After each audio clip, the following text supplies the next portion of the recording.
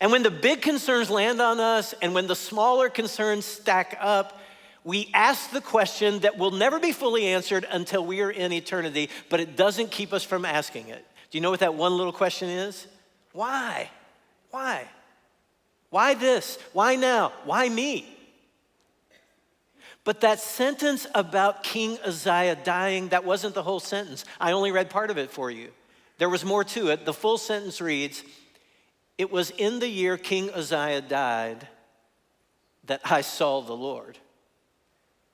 And that sounds a lot like some of our stories, doesn't it?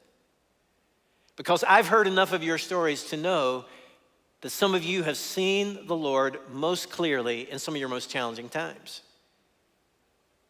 Some say it was the year I received my cancer diagnosis that I really felt God close to me. It was the year my husband left that I began learning what it means to trust God alone. It was the year my mom died that I decided that family is more precious than I realized. It was the year an injury ended my college sports career that I realized that God made me to be more than an athlete. It was the year I lost my job that I began asking God, what do you want me to do with the rest of my life? I said a moment ago that we can't fully know the answer to the question why until eternity. And that's true, but we actually can discover part of that answer now.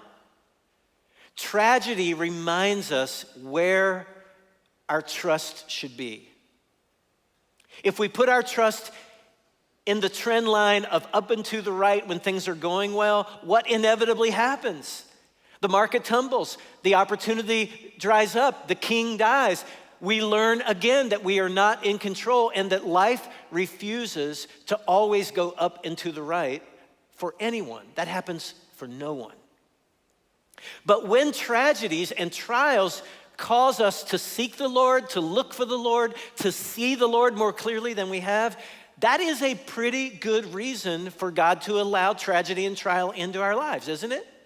If problems are the things that help us realize that the only real constant is God himself, that's pretty strong justification for God to allow those things into our lives. Can anyone else remember Andre Crouch singing, "But if I never had a problem, I'd never know that God could solve them"?